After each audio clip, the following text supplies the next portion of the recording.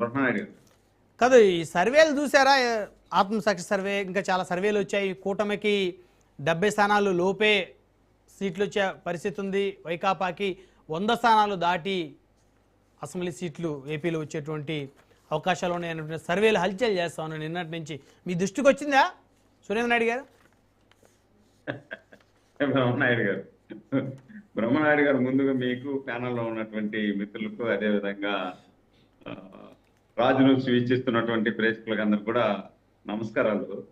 బ్రహ్మనాయుడు గారు మాకు రాయలసీమలో సామెత చెప్తారు, కోయల ముందే కూసింది, కోయల ముందే కూసిందంట.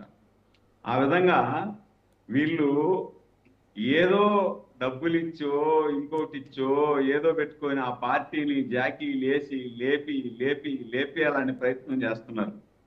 గత 5 సంవత్సరాల పరిపాలనలో కూడా ఎండింగ్ వచ్చేటప్పటికి వీళ్ళు చేసింది ఏంది? ఆ రోజు వైనాట్ 175 వైనాట్ 175 సిద్ధమా సిద్ధమా అన్నారు కదా. ఇవన్నీ చూసాం కదా. కాబట్టి ఈ సర్వేలు ఇవన్నీ ఇంకా చాలా దూరం ఉంది. ఇంకా దాదాపు 2.25 సంవత్సరం ఉంది.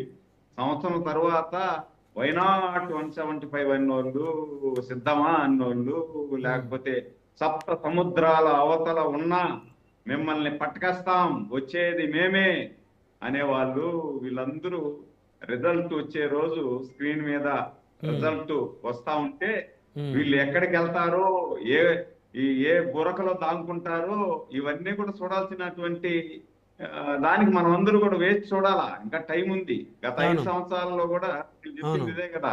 కూడా అని ఒక మాట అన్నాడు కూడా, 11 దాకా టీవీల ముందర చూస్తా ఉంటారు, 11 దాటితే టీవీలో స్క్రోలింగ్ చూస్తానే కౌంటింగ్ హాల్ నుండి పారిపోయి పరిగెత్తే వాళ్ళని మనం చూస్తాం. రేపు మనం గెలిచిన తర్వాత చంద్రబాబు నాయుడు పరిస్థితి ఏంది, చంద్రబాబు నాయుడు కొడుకు పరిస్థితి ఏంది, నాయకుల పరిస్థితి ఏంది అని మాట్లాడింది చూసాం. చంద్రబాబు నాయుడు గారు కానీ కుప్పంలో గెలిస్తే ఆయన బూట్లు పాలిష్ చేస్తాను నేను అని చెప్పిన వ్యక్తి ఎక్కడున్నాడో నాకు కనిపించడం లేదు. బూటుకు పాలిష్ చేసేదానికి పాలిష్ లేదా, లేకపోతే ఏమన్నా లేకపోతే నేను కొనిస్తా, స్పాన్సర్ చేస్తా, ఆయన వచ్చి పాలిష్ చేస్తానంటే చంద్రబాబు నాయుడు బూట్లకి. కాబట్టి ఇవన్నీ డైలాగులు సరిపోతాయి. ఎందుకంటే ప్రజలు గత 5 సంవత్సరాల పరిపాలన చూసి విసిగి వేసారి వీళ్ళు పాదయాత్ర చేసేటప్పుడు నేను అధికారం లేకొస్తానే మద్య నిషేధం చేస్తా, నా అక్కలారా నా చెల్లెళ్ళారా అని చెప్పి కనపడిచిన ప్రతి మహిళను దగ్గరికి లాగి ముద్దులు పెట్టి బొగ్గల నిమిరి నెత్తిన చేయి పెట్టి ఇవన్నీ చేసి అధికారంలోకి వచ్చిన తర్వాత ఎవరి బొగ్గలైతే నిమిరాడో, ఎవరికైతే ముద్దులు పెట్టాడో, ఎవరి నెత్తినైతే చేయి పెట్టాడో వాళ్ళ నెత్తిన పిడి గుద్దులు గుద్ది గుద్ది గుద్ది 5 సంవత్సరాలు దాదాపు నా అక్క చెల్లెలు 40 సంవత్సరాల వయసు, సగటు 40 సంవత్సరాలు ఉండేటువంటి వయసు ఉండేటువంటి నా అక్క చెల్లెల్ని దాదాపు 40,000 మంది పసుపు కుంకాలు తుడిపేశారు సార్ వీళ్ళు. నాసిరకం మద్యం అమ్మి నేను అధికారంలోకి వస్తానే మద్య నిషేధం చేస్తానన్నాడు.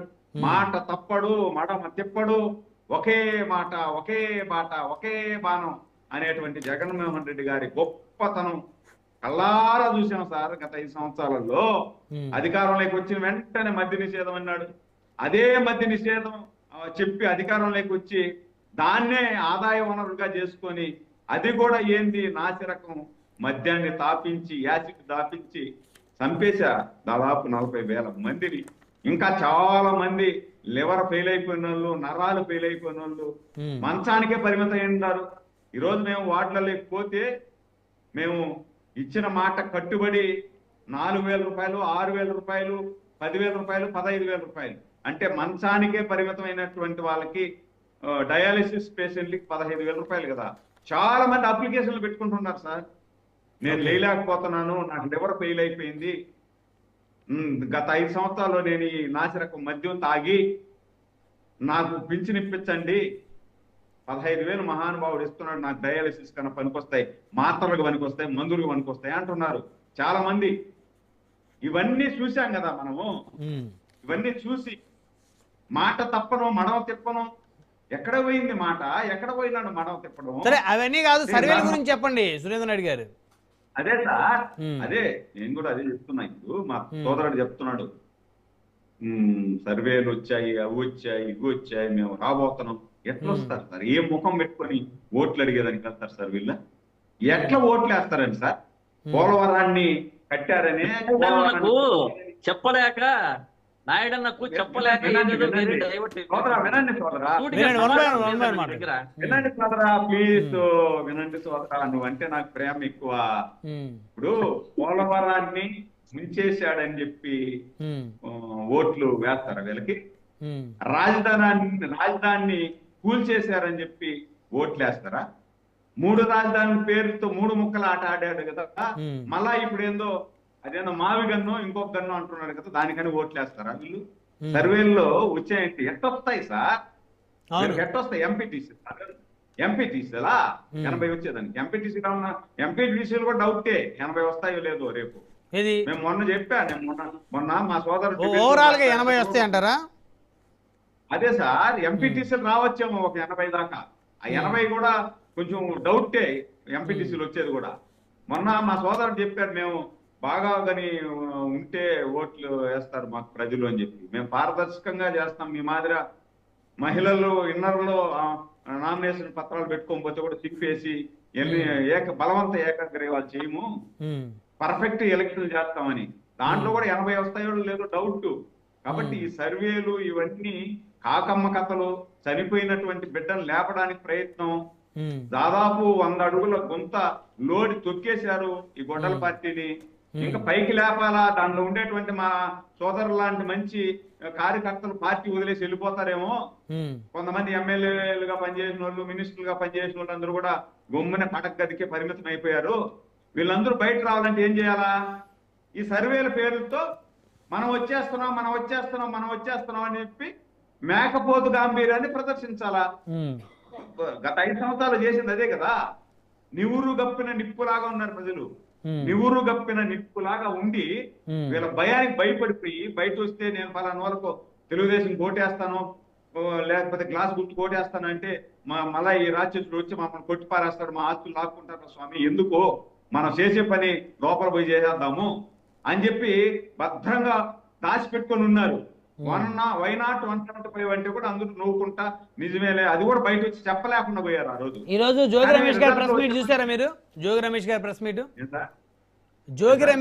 మీట్ చూసారా? చూశాను సార్, చూశాను.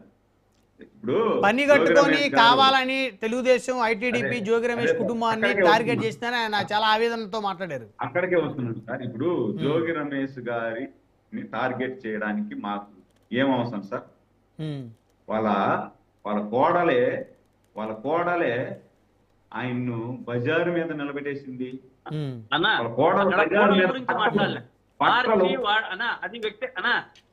వినండి ఆయన మాట్లాడినదే. ఆయన మాట్లాడారు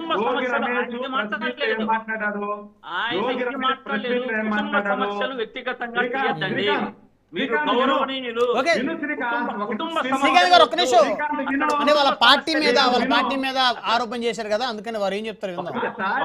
జోగి రమేష్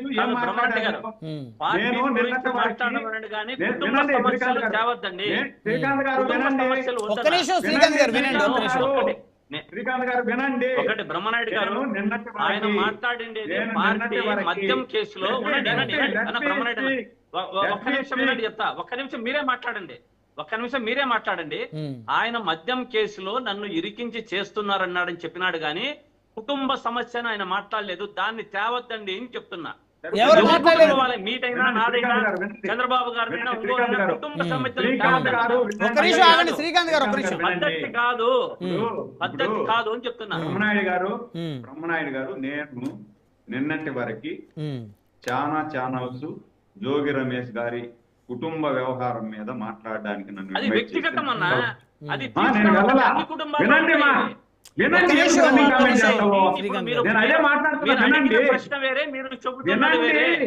ఇప్పుడు ఆయన మీరు press meet బ్రహ్మాండం గురించి అడిగాడు. అడిగినది వేరే, మీరు ఇప్పుడు చెబుతున్నది ఆయన వేరే. press meet కాదు, గురించి- టీడీపీ ఆయన press meet కావాలని గురించి దుష్ప్రచారం అడిగాడు. చేసింది, ఐటీడీపీ మొత్తం వారి కుటుంబాన్ని ఆయన- రోడ్డును వేసేటువంటి బ్రహ్మనాయుడు గారు, ప్రయత్నం చేసింది అని అన్నారు ఆయన. బ్రహ్మనాయుడు గారు, మీరు జోగి రమేష్ గారి ప్రెస్ మీట్ గురించి మాట్లాడమన్నారు. అవును, నేను నిన్నటి వరకు చాలా ఛానల్ నన్ను ఆయన కుటుంబ వ్యవహారం, ఆయన కుటుంబంలో జరిగిన వ్యవహారం మాట్లాడమంటే కూడా నేను వెళ్ళలా. ఎందుకు వెళ్ళలేదంటే వాళ్ళ కుటుంబం వ్యవహారం దాంట్లో మనం మాట్లాడుతుందని నేను వెళ్ళలా. అవును. ఈ రోజు జోగి రమేష్ గారు ప్రెస్ మీట్ పెట్టి ఏం మాట్లాడారు సార్? మీరు విన్నారు కదా, శ్రీకాంత్ వెళ్ళలేదేమో. ఆయన అన్నా, సొంత విన్నా, విషయమో. విన్నా. ఒక్క నిమిషం విన్నా. ఒక్క నిమిషం విను. కుటుంబం అంటే అన్నా, విను. కుటుంబం అంటే ఏం చెప్పాడు తెలుసా? ఏం చెప్పాడు తెలుసా? ఏం చెప్పాడు? విను. మాట్లాడినివ్వండి శ్రీకాంత్ గారు, శ్రీకాంత్ గారు మాట్లాడినివ్వండి. ఒక్క నిమిషం ఓపిక విను, ఆయన ఏం మాట్లాడినాడో నేను చేశారు చెప్తా. అన్నాడు. వాళ్ళ మన కుటుంబం బ్రహ్మనాయుడు గురించి గారు చెప్పలే. మాట్లాడినివ్వండి శ్రీకాంత్ గారు. శ్రీకాంత్ గారు ఒక్క నిమిషం ఆగండి బాబు. అసలు వారు ఏం మాట్లాడుకుంది మీరు అడ్డుపడిపోతే ఎట్లా? ఏదైనా మాట్లాడిన దాంట్లో తప్పుంటే అడ్డుపడ్డ దానికి ఇబ్బంది లేదు. నేనేం చెబుతున్నానంటే, కుటుంబం అంటే ఆయన నా కుటుంబంపై పెట్రోల్ బాంబుతో దాడి చేశారు టీడీపీ వాళ్ళు అని మాట్లాడారు. కానీ కోడల గురించి కానీ కొడుకు గురించి కానీ మాట్లాడారండి, మీరు వినలేదు. మాట్లాడారు, సుదీర్ఘమైన ప్రెస్ మీట్ వినండి, మాట్లాడారు. లేదా నేను అడుగుతానా? నేను ఎప్పుడైనా ఆ తరహా డిస్కషన్స్ పెట్టడం మీరు విన్నారా? మీకు తెలుసా శ్రీకాంత్ గారు? ఆయన అన్నారు, ఐటీడీపీ పని కట్టుకొని నా కుటుంబాన్ని రోడ్డును పడేలా చేసింది, దుష్ప్రచారం చేశారు, ఏ సృష్టించారు వారు అన్నారు. అంటే దాని మీద పెట్రోల్ బాంబులతో ఇబ్రహీంపట్నంలో నా ఇంటిపై దాడి చేశారు.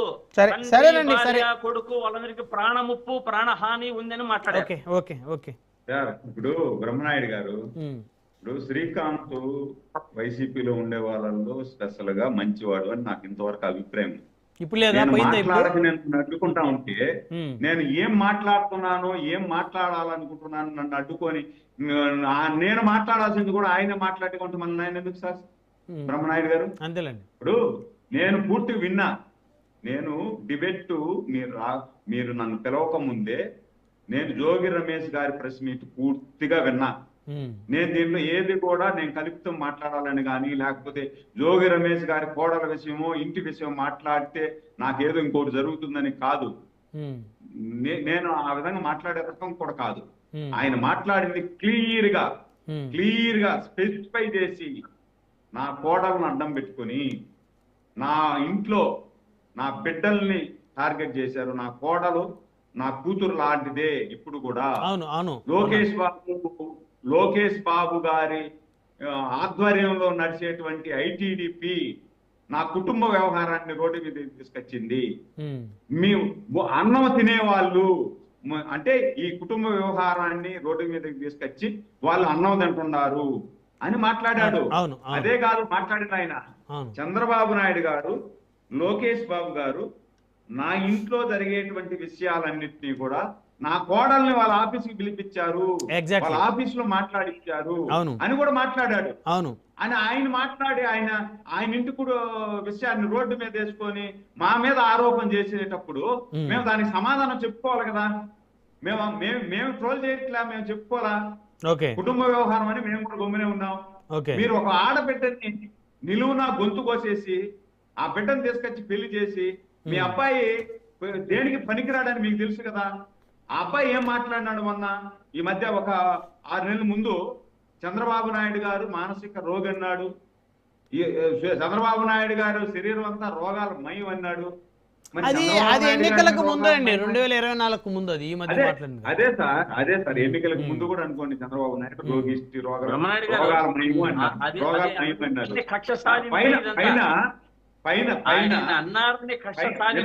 శ్రీకాంత్ గారు, ఇది కరెక్ట్ కాదు శ్రీకాంత్ గారు, ప్లీజ్.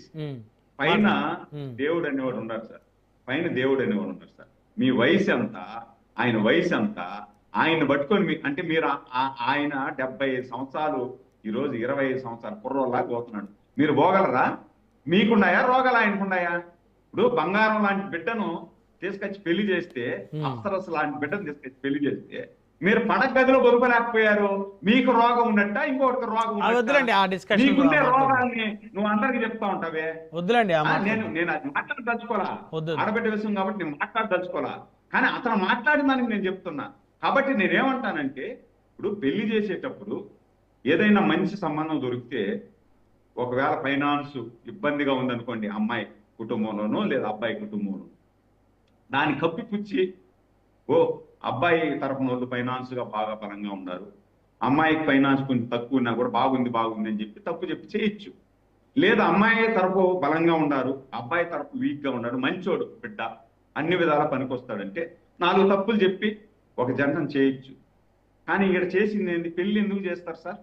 ఆ సంసారం విస్తరించాలా, పిల్ల పాపలతో కలకలలాడాలా ఆ సంసార జీవితాన్ని కదా చేస్తారు. మనోడికి విషయమే లేదని తెలిసి, మనోడికి పిల్లలు కనే భాగ్యమే లేదని తెలిసి, విషయం లేనోడిని తీసుకొచ్చి బంగారం లాంటి బిడ్డను తీసుకొచ్చి పెళ్లి చేసి మేము ఆ ఇంట్లో మేమేమైనా కెమెరా పెట్టాము సార్? మీ ఇంట్లో జరిగిన విషయాలు ఎందుకు ఎట్ట బయట వచ్చాయి సార్? మీ ఇంట్లో జరిగిన విషయాలు లోకేష్ బాబు ఏమైనా కెమెరా పెట్టాడా? లేదు చంద్రబాబు నాయుడు ఏమైనా కెమెరా పెట్టాడా? లేదు ఓట్ల సురేంద్ర నాయుడు ఏమన్నా పోయి కెమెరా పెట్టి ఆడ మాట్లాడిన మాటలు బయట తీసుకొచ్చామా? ఆ పెట్టే వెళ్ళిపోసి నాకు న్యాయం చేయండి మహాప్రభు, 2 రాష్ట్రాలకు తెలిసేటట్టుగా పెళ్లి చేశాడు, మళ్ళా పెళ్లి చేసి ఈ మాదిరి నా జీవితాన్ని నాశనం చేశాడు, నా పాటికి నేను హ్యాపీగా బతుకుతా ఉన్నాను, ఇలాంటి వాడిని తీసుకొచ్చి నాకు పెళ్లి చేశాడు అని చెప్పి ఆ బిడ్డ మాట్లాడింది. ఆ బిడ్డ మాట్లాడేటప్పుడు కూడా ఇతను ఏమన్నాడు, వీళ్ళ కొడుకు మీడియం అప్పుడే ఆ వీడియోలో కనిపిస్తా ఉంది కదా, భావన నీకు అన్యాయం జరిగింది, నీకు తగిలింది దెబ్బ మాకు తగలలేదు, కానీ మనం మాట్లాడుకుందాం, నీకు విడాకులు కావాలా తీసుకో అని చెప్పి అతనే మాట్లాడాడు. ఇవన్నీ ఎత్తి జోగి రమేష్ ఎత్తి ప్రెస్ ముందు కూర్చొని మాట్లాడుకుని ఆయన ఇంటి విషయాలన్నీ ఎత్తి బయట వేసి బాహ్య ప్రపంచంలో ఉండే తెలుగు వాళ్ళందరూ చూడండి వినండి అని ఆయన చెప్పాడు. మేమేదో ఆరోపణ చేస్తారు ఎందుకు? మేము ఆరోపణ చేయదలుచుకోవాలా? మేము ఆ కుటుంబ వ్యవహార జోలికి మేము వెళ్ళదలుచుకోవాలా? మాకు మానవత్వం ఉంది, మానవత్వం ఉంది కాబట్టి మేము వెళ్ళదలుచుకోవాలా? ఆయన ఎత్తి చూపించుకోవడం, ఆయన మా మీద నిందలేయడం తప్పు, మాకు అవసరమే లేదు. రైట్, సురేంద్ర రెడ్డి గారు మాట్లాడుదు మాట్లాడదాం. మాట్లాడే ముందు డిబేట్ లో ఒక షార్ట్ బ్రేక్ తీసుకుందాం. బ్రేక్ తర్వాత మళ్ళీ డిబేట్ కంటిన్యూ చేద్దాం. చూస్తూనే ఉండండి రాజు న్యూస్.